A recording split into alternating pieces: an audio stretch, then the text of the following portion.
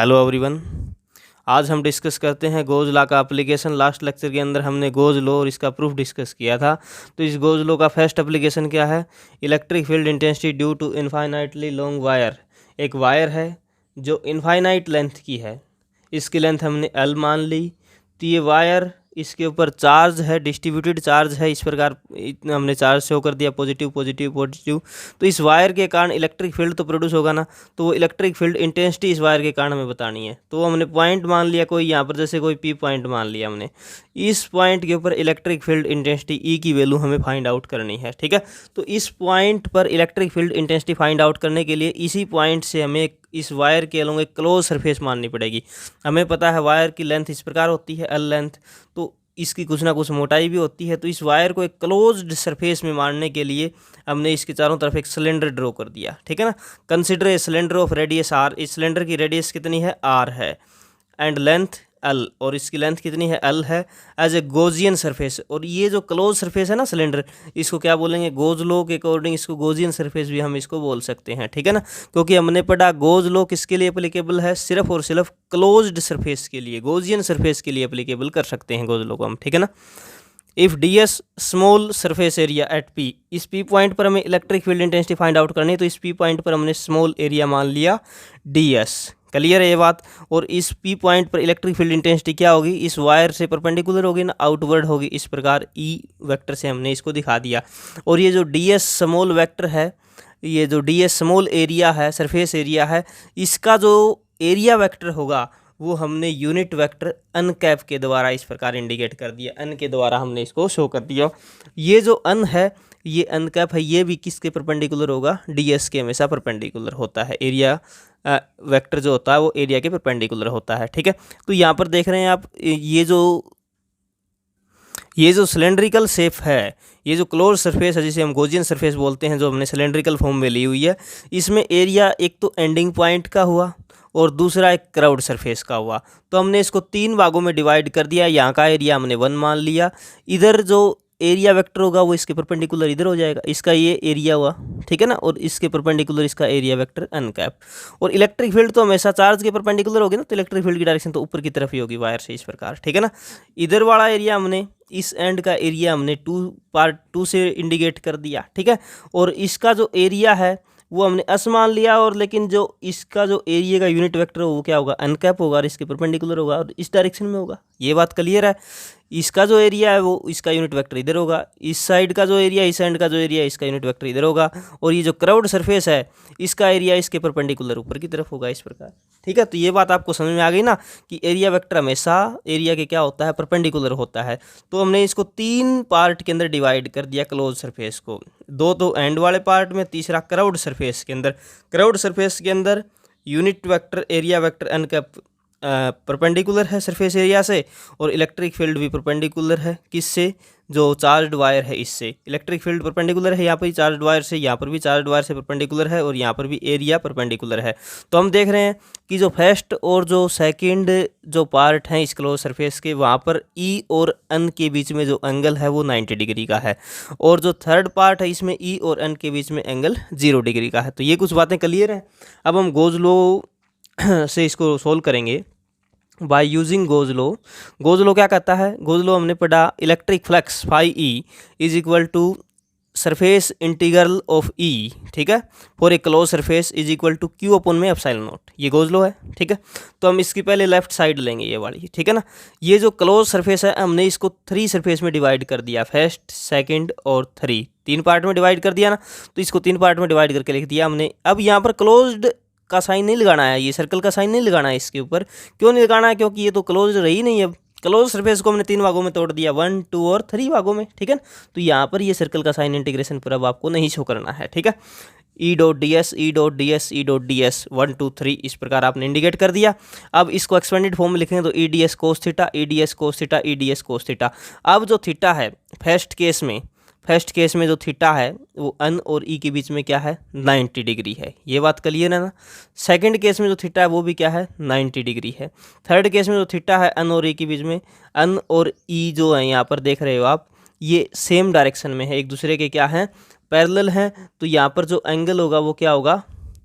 जो third case में जो एंगल होगा वो कितना होगा, 0 होगा, और सेकंड केस में जो एंगल होगा वो कितना होगा, 90 डिग्री होगा। ठीक है ना, ये आपको कर लेना है। तो हमें पता है जो कोस 90 की वैल्यू कितनी होती है, 0 होती है। ठीक है ना, तो ये जो फर्स्ट है, ये जो फर्स्ट पार्ट वाला ये जो है, यहाँ पर इलेक्ट्रिक फील्ड की वैल्यू भी क्या हो जाएगी, 0 हो जाएगी। सेकंड पार्ट के ऊपर भी इलेक्ट्रिक फील्ड की वैल्यू क्या हो जाएगी, 0 हो जाएगी। तो इलेक्ट्रिक फील्ड जो प्रोड्यूस हो रहा है ना, इलेक्ट्रिक फील्ड इंटेंसिटी जो हमें फाइंड आउट करनी है, वो सिर्फ और सिर्फ इसके क्राउड सरफेस से हमें फाइंड आउट करनी है, जो हमने थर्ड पार्ट इसका मान रखा है। यहाँ पर थीटा की वैल्यू क्या है, 0, और कोस 0 क्या होता है हमें पता है, कोस 0 हमें पता है 1 होता है। तो ये क्या हो जाएगा, EDS। ठीक है ना, इसको हम कैसे लिख सकते हैं, EDS कोस थीटा, और थीटा की वैल्यू 0 0 पुट कर दिया हमने। ठीक है ना, और ये 0 कितना हो जाएगा, कोस 0 1 हो जाएगा, तो EDS आ जाएगा आपके पास। ठीक है, तो EDS इज इक्वल टू किसके बराबर आ जाएगा आपके पास, E इंटू में DS आ जाएगा। और अब ये जो हमने यहाँ पर सिर्फ इसका first left hand side use की थी ना, अब इसकी राइट हैंड साइड के इक्वल लिख देंगे इसको हम। समझ आई बात, यूजिंग फर्स्ट इक्वेशन। ठीक है, तो यहाँ तक डियर स्टूडेंट्स क्लियर है कि हम EDS बराबर Q अपन में एप्सिलॉन नॉट था, हमने EDS क्लोज सरफेस के लिए इंटीग्रेशन किसके बराबर निकाल लिया, EDS, और ये किसके बराबर, थर्ड एरिया के बराबर है। ठीक है ना, थर्ड पार्ट के बराबर। ठीक है, ये बात क्लियर है। अब हम इसका क्या करेंगे, इंटीग्रेशन कर देंगे। ठीक है, इस प्रकार आगे चलिए देखिए, EDS is equal to Q upon में एप्सिलॉन नॉट हमने ले लिया इस प्रकार। ठीक है, और ये 3 इंडिकेट कर दिया।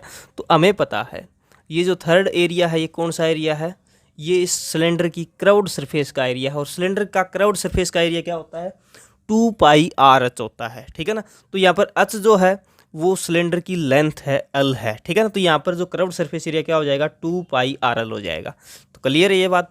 तो इंटीग्रेशन DS, ये जो वैल्यू है ये क्या हो जाएगी आपके पास, 2πrl हो जाएगी। तो इसकी जगह आपने 2πrl रख दिया। ठीक है, ये बात क्लियर है। E इंटू में 2πrl is equal to Q upon में एप्सिलॉन नॉट। अब ये वैल्यू आप इधर भेज देंगे इसकी तरफ। ठीक है ना, E की वैल्यू क्या आ जाएगी, Q अपन में 2π एप्सिलॉन नॉट R इंटू में L। तो ये क्या आ गया आपके पास, इलेक्ट्रिक फील्ड आ गया। अब हमें पता है कि ये जो वायर है इसके ऊपर चार्ज कैसा डिस्ट्रीब्यूट है, कंटिन्यूसली डिस्ट्रीब्यूटेड है ना, यूनिफॉर्मली चार्ज डिस्ट्रीब्यूटेड है। तो linear charge density, linear charge density किससे लिखते हैं हम, लैम्डा से।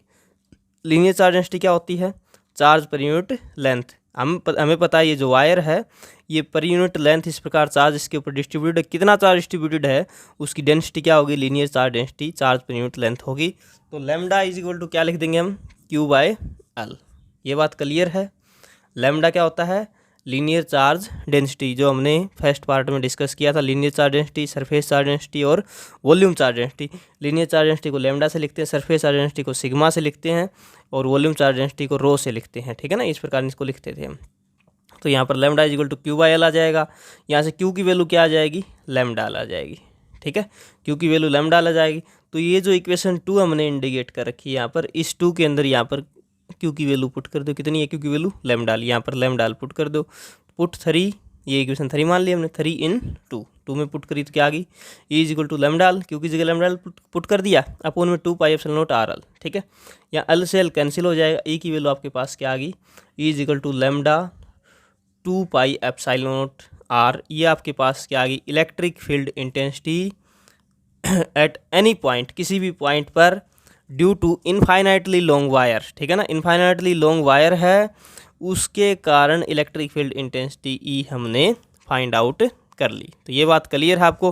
तो यहाँ पर हम देख रहे हैं कि जो इलेक्ट्रिक फील्ड इंटेंसिटी है ये आ चुकी है आपकी, और इसको वेक्टर फॉर्म में लिखने पर, वेक्टर फॉर्म में कैसे लिखोगे आप, वेक्टर फॉर्म में लिखने के लिए हम इसको r कैप से मल्टीप्लाई कर देंगे, यूनिट वेक्टर से मल्टीप्लाई कर देंगे, तो ये क्या होगी, वेक्टर फॉर्म होगी इसकी, E vector is equal to lambda upon 2π epsilon naught R into में r कैप। ठीक है, तो ये बात क्लियर है।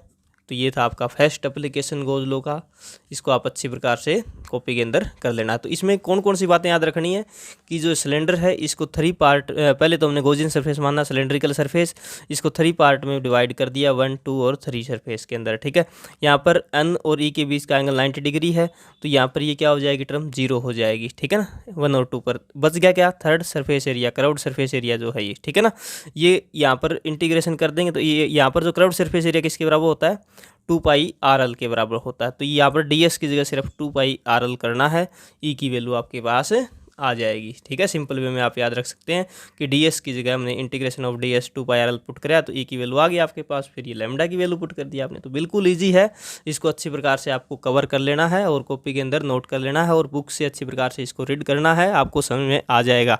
तो डियर स्टूडेंट्स मिलते हैं नए लेक्चर में एक न्यू वीडियो के साथ, तब तक के लिए गुड बाय। चैनल को सब्सक्राइब शेयर करना ना भूलें, साथ ही बेल आइकन ज़रूर प्रेस करें ताकि हमारे न्यू अपडेट्स सबसे पहले आपको मिले। Thank you.